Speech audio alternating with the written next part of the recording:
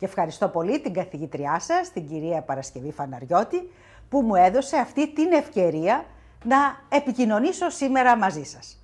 Η αγάπη της για τη γερμανική γλώσσα, για την Ευρώπη, αλλά και για τις δυνατότητες που πρέπει να έχουν οι μαθητές της και να προετοιμάζονται σαν αυριανοί Ευρωπαίοι πολίτες, μας έδωσε αυτή την ευκαιρία σήμερα να είμαστε μαζί.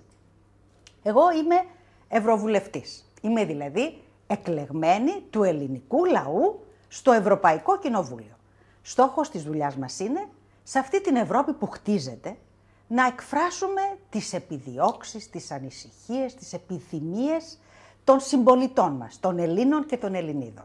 Διότι η Ευρώπη αυτή πρέπει να είναι μια Ευρώπη που ανταποκρίνεται στα όνειρα των πολιτών. Και εκεί καθημερινό μας έργο είναι να υπερασπιζόμαστε τα δικαιώματα των πολιτών και να κτίζουμε μια Ευρώπη που θα είναι καλύτερη και από την οποία θα ωφελούνται όλοι οι πολίτες της σε κάθε γωνιά της Ευρώπης που βρίσκονται. Κυρία Κράτσα, πείτε μας μερικά πράγματα για σας, τη ζωή και τις σπουδές σας. Πώς φτάσατε έως το Ευρωκοινοβούλιο? Εγώ γεννήθηκα στη Ζάκυνθο. Η Ζάκυνθος είναι ένα σταυροδρόμι πολιτισμών. Πέρασαν πολλοί λαοί από τη Ζάκυνθο και άφησαν το στίγμα τους, αλλά και τους ανοιχτούς ορίζοντες. Αυτό με προετοίμασε για να βρεθώ εύκολα σε ένα πολυπολιτισμικό περιβάλλον. Σπούδασα στην Ελβετία, κοινωνιολογία, έκανα μεταπτυχιακές σπουδές στην Ευρωπαϊκή Ενοποίηση. Δραστηριοποιήθηκα πολύ νωρίς σε ευρωπαϊκά κινήματα, στην Ελβετία, στην Γαλλία, κινήματα πολιτών που ονειρευόντουσαν και δίναν αγώνες για μια Ευρώπη δίκαιη, μια Ευρώπη που εκφράζει τους πολίτες. Είχα όνειρο να ενταχθεί και η χώρα μας στην ευρωπαϊκή κοινότητα, όπως λεγόταν τότε, και δούλεψα γι' αυτό. Παράλληλα έκανα και έρευνα για την Ευρωπαϊκή Ενοποίηση στο Πανεπιστήμιο και είχα πάντα ενδιαφέρον για να πετύχει η χώρα μας και δούλευα γι' αυτό μέσα σε αυτή την Ευρώπη. Να μπορεί να αξιοποιήσει τις ευκαιρίες που της δίνει, να υπερασπίσει τα συμφέροντα και τα δικαιώματά της. Και έτσι επελέγην για να είμαι υποψήφια το 1999 στις ευρωεκλογές. Εξελέγην τότε, εκλέχτηκα μετά στη συνέχεια το 2004, το 2009 είναι η τρίτη θητεία που κάνω τώρα. Παράλληλα, είχα μια άλλη εκλογή και δικαίωση. Εκλέχτηκα πρώτη αντιπρόεδρος του Ευρωπαϊκού Κοινοβουλίου το 2007. Ήταν η πρώτη φορά που μια γυναίκα ευρωβουλευτής από τη χώρα μας έμπαινε στο Προεδρείο του Ευρωπαϊκού Κοινοβουλίου. Και ήταν η πρώτη φορά που Έλληνας, άντρας ή γυναίκα, ευρωβουλευτής, εκλέγεται πρώτος αντιπρόεδρος. Αυτό μου έδωσε μια μεγάλη ικανοποίηση εμένα προσωπικά, που αναγνωρίστηκε η δουλειά μου. Ήταν μια ικανοποίηση και για τη χώρα μας. Γιατί όταν οι Έλληνες φτάνουν σε υψηλά πόστα, αναβαθμίζεται όλη η χώρα μας.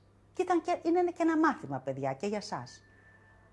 Ένας ευρωβουλευτής που αγωνίζεται στο χώρο του, με αυτοπεποίθηση, με επιτυχία, με καθημερινό αγώνα, μπορεί να φτάσει ψηλά, ας είναι από μικρή χώρα. Αυτό είναι ένα μάθημα για όλους μας. Και κυρίως αυτούς τους δύσκολους καιρούς πρέπει να το έχουμε κατά νου. Οι αγώνες δικαιώνονται. Πώς είναι το καθημερινό σας πρόγραμμα? Έχετε αρκετή δουλειά? Σας μένει χρόνος για τους φίλους, την οικογένεια και τα χόμπι σας? Ο ευρωβουλευτής ζει μια πολύ δύσκολη ζωή. Διότι το σπίτι του, η εκλογική του περιφέρεια, οι συμπολίτες του είναι στη χώρα που τον εκλέγει. Αλλά η δουλειά του είναι στις Βρυξέλλες και στο Στρασβούργο, όπου συνεδριάζει το Ευρωπαϊκό Κοινοβούλιο. Πρέπει λοιπόν κάθε εβδομάδα να πηγαίνει εκεί. Στο τέλος της εβδομάδας γυρίζουμε σπίτι μας όλοι, στην εκλογική μας περιφέρεια, γιατί έχουμε και εδώ υποχρεώσεις να δούμε τους συμπολίτες μας. Ο χρόνος που μπαίνουμε εκεί είναι μικρός και πρέπει να γίνουν πολλά πράγματα. Συνεδριάσεις σε επιτροπές που προετοιμάζουν τις πολιτικές θέσεις, που προετοιμάζουν την νομοθεσία, την ευρωπαϊκή, επαφή με πολίτες, με φορείς από όλη την Ευρώπη, μηνύματα, αλληλογραφία, επεξεργασία προτάσεων που μας έρχεται για να καταλήξουμε σε μια νομοθεσία. Παράλληλα, η Ευρώπη έχει μια διεθνή δραστηριότητα. Είναι η πρώτη χορηγός ανθρωπιστικής και αναπτυξιακής βοήθειας σε όλο τον κόσμο. Εκεί που χρειάζεται ανάγκη, εκεί που υπάρχουν σειράξεις πολεμικές. Και το Ευρωπαϊκό Κοινοβούλιο έχει παρακολουθεί, έχει επισκέψεις, προγράμματα για πολλές περιοχές του κόσμου. Οπότε πρέπει να πηγαίνουμε και εκεί, για να έχουμε άποψη για το τι συμβαίνει, να μπορούμε να παρέμβουμε με χρηματοδοτήσεις ή με πολιτικές θέσεις και με ψηφίσματα. Είναι λοιπόν μια δύσκολη ζωή, πολύπλευρη, αλλά έχει τη γοητεία της δημιουργίας του αύριο. Ποια είναι η θέση της Ελλάδας στην Ευρώπη? Υπάρχει δυσπιστία, ειδικά τη δύσκολη περίοδο που διανύουμε? Πώς μας βλέπουν άραγε οι υπόλοιποι Ευρωπαίοι? Η θέση της Ελλάδας είναι μέσα στην Ευρώπη, στην καρδιά της Ευρώπης. Γι' αυτό είδατε ότι παρόλη την κρίση, παρόλα τα προβλήματα που δημιουργήθηκαν σε όλη την Ευρώπη από τις δυσκολίες των οικονομικών θεμάτων της χώρας μας, οι Ευρωπαίοι είναι αλληλέγγυοι στην Ελλάδα, καταλαβαίνουν ότι πρέπει όλοι να βοηθήσουν για να μείνει η Ελλάδα στην Ευρώπη. Να μείνει μέσα στην Ευρωπαϊκή Ένωση, μέσα στην Ευρωζώνη. Όσο περνάει ο καιρός, τόσο αντιλαμβάνονται τις προσπάθειες που κάνουμε, τις δυνατότητες που έχουμε για ένα καλύτερο αύριο και μας στηρίζουν όλο και περισσότερο.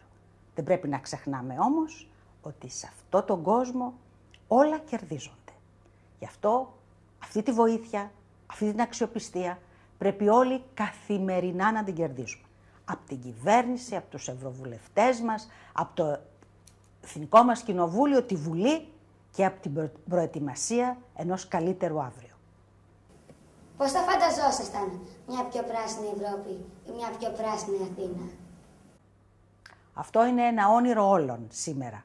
Καταλαβαίνουμε ότι το πράσινο είναι ξεκούραση, είναι υγεία, είναι ένα ωραίο περιβάλλον που το χαίρονται μικροί και μεγάλοι. Η νομοθεσία της Ευρωπαϊκής Ένωσης είναι πολύ αυστηρή για την πράσινη Ευρώπη. Μια Ευρώπη δηλαδή που δεν έχει μόνο κήπους και δάση, αλλά μια Ευρώπη που είναι καθαρή.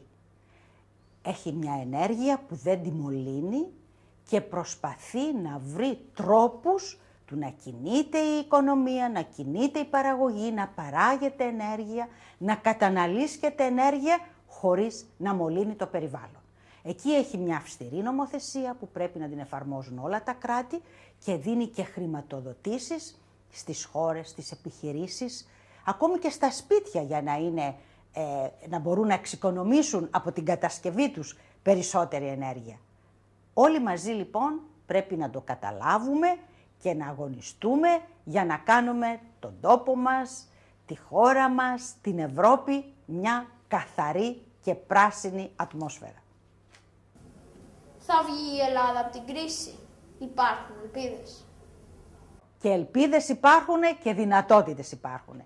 Κάναμε λάθη στο παρελθόν, δεν υπολογίσαμε καλά τα οικονομικά μας, ξεφύγαμε σε πολλούς τομείς, βλέπετε όλοι κάνουν λάθη και σήμερα καταλαβαίνουμε ότι δεν έχουμε άλλα περιθώρια. Πρέπει να δώσουμε μια καλή βάση στην οικονομία μας, παράλληλα να δημιουργήσουμε προοπτικές για καλή παιδεία, για ανάπτυξη, για θέσεις εργασίας. Βρισκόμαστε σε ένα καλό δρόμο, διότι έχουμε καταλάβει τα λάθη μας και έχουμε καταλάβει και τις δυνατότητές μας. Θα τις αξιοποιήσουμε και θα τα καταφέρουμε. Οι Έλληνες όταν βάλουν κάτι στόχο το πετυχαίνουν. Ίντερνετ, εφημερίδα και γιατί? Πόσο σημαντική είναι η τεχνολογία στις μέρες μας? Εσείς την έχετε βάλει ενεργά στη ζωή σας? Παιδιά, αντιλαμβάνομαι όλο και περισσότερο πόσο δυνατή είναι η τεχνολογία. Δίνει τη δυνατότητα να μοιραζόμαστε τη γνώση, να βρεθούμε σε μια γωνιά της γης που δεν είχαμε φανταστεί ότι θα μπορούμε να πάρουμε πληροφορίες, να δούμε τι συμβαίνει εκεί. Είναι και στο δικό σας πρόγραμμα μέσα και ανακαλύπτονται αυτά τα πλεονεκτήματα. Εμείς δεν τα είχαμε στη δική σας γενιά, τα ανακαλύψαμε στη συνέχεια. Και πολλές φορές είμαι σίγουρη ότι εσείς μπορείτε να βρείτε λύσεις και δυνατότητες που η δική μου γενιά ακόμη δεν έχει εξοικειωθεί. Εγώ είμαι της εφημερίδας. Χαίρομαι τα νέα όταν πιάσω την εφημερίδα στο χέρι μου. Το ίδιο και με το βιβλίο. Αλλά δεν μπορώ να πω ότι η τεχνολογία δεν έχει μπει για καλά στη ζωή μου όπως στη ζωή όλων. Εσείς έχετε νέους ορίζοντες, αξιοποιήστε τους, αλλά μην ξεχάσετε ότι και ο γραπτός λόγος έχει τη γοητεία του.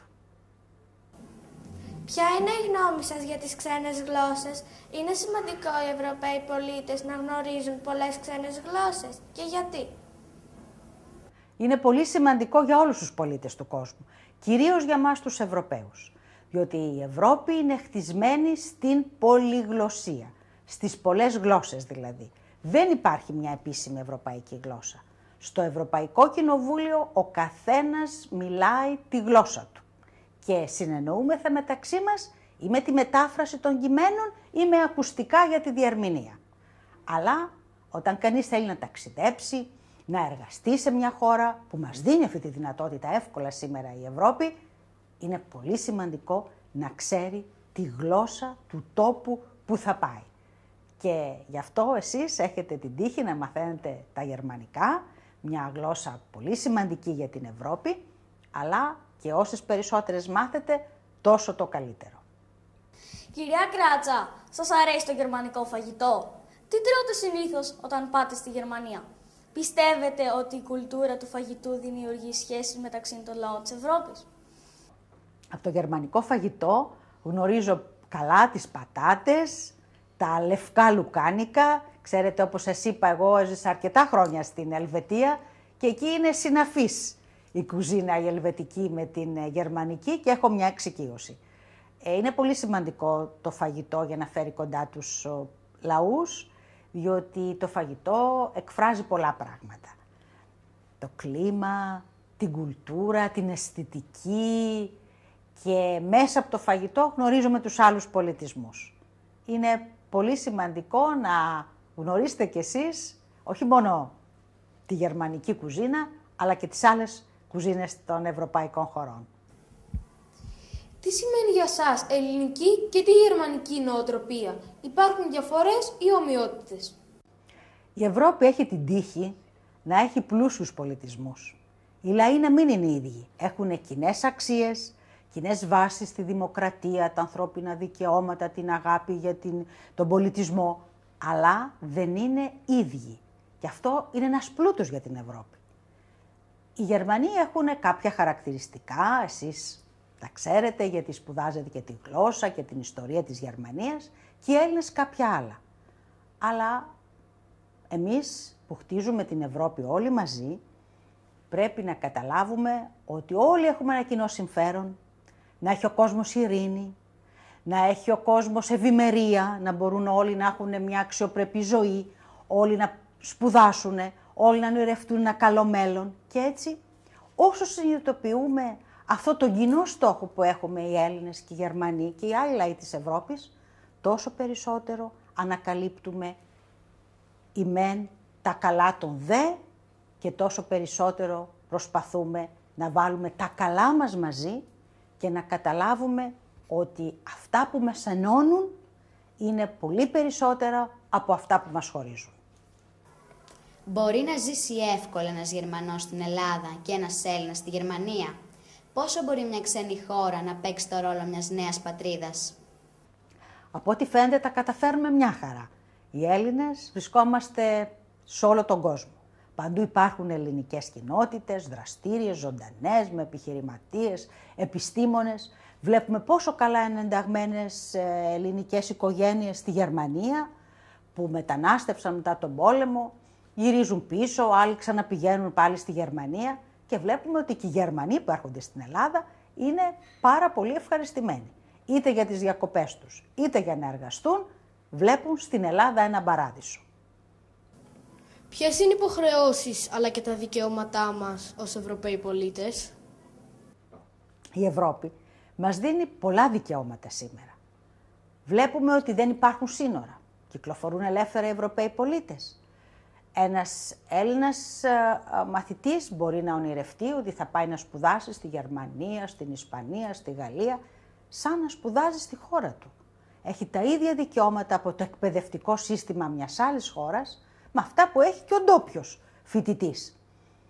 Επιπλέον, μπορεί να στήσει μια επιχείρηση σε μια άλλη χώρα είναι ένας Ευρωπαίος πολίτης. Έχει τα ίδια δικαιώματα παντού στην επικράτεια. Παράλληλα, έχει και υποχρεώσεις. Να σέβεται τους νόμους και τους ευρωπαϊκούς, αλλά και της χώρας που βρίσκεται. Αυτό είναι ο ευρωπαϊκός πολιτισμός. Ενημερωμένοι πολίτες για τα δικαιώματα και τις υποχρεώσεις τους. Η κουλτούρα και ο πολιτισμός μπορούν να μιλήσουν θετικά ανάμεσα στους λαούς της Ευρώπης. Είναι πάρα πολύ σημαντικό να κάνουμε την κουλτούρα να μιλήσει στην ψυχή των πολιτών. Καταρχάς θα καταλάβουμε πόσο υπερήφανοι πρέπει να είμαστε για αυτή την κουλτούρα την ευρωπαϊκή. Εμείς ξέρουμε ιδιαίτερα την ελληνική, οι Γερμανοί ξέρουν ιδιαίτερα τη γερμανική. Αλλά όσο περισσότερο ζούμε στην Ευρώπη, νιώθουμε κομμάτι της Ευρώπης, καταλαβαίνουμε ότι οι κουλτούρες αλληλοεπηρεάζονται. Η γαλλική κουλτούρα έχει επηρεάσει όλη την Ευρώπη και όλο τον κόσμο. Ανακαλύπτουμε τι σπουδαίοι Ισπανοί, τι σπουδαίοι Ιρλανδοί ποιητές υπάρχουν, που μιλάνε και στη δική μας ψυχή. Εγώ κάνω μια εκδήλωση στο Ευρωπαϊκό Κοινοβούλιο με θέμα τον Καβάφη και το οικουμενικό του μήνυμα. Και εκεί οι συνάδελφοί μου, ευρωβουλευτές από διάφορες χώρες, θα απαγγείλουν ποίηματα του Καβάφη στη γλώσσα τους. Και θα ανακαλύψουμε όλοι μαζί ότι νιώθουμε την ίδια αξία, το ίδιο περιεχόμενο σε αυτό το μήνυμα που μας δίνει ένας Έλληνας ποιητής. Έχουμε λοιπόν πολλά να γνωρίσουμε και να διδαχτούμε οι Ευρωπαίοι πολίτες από τον πολιτισμό των άλλων λαών που βρίσκονται στην Ευρώπη. Πώς μπορεί η Ελλάδα να ενισχύσει την θέση της στην Ευρώπη? Με τον καθημερινό της αγώνα.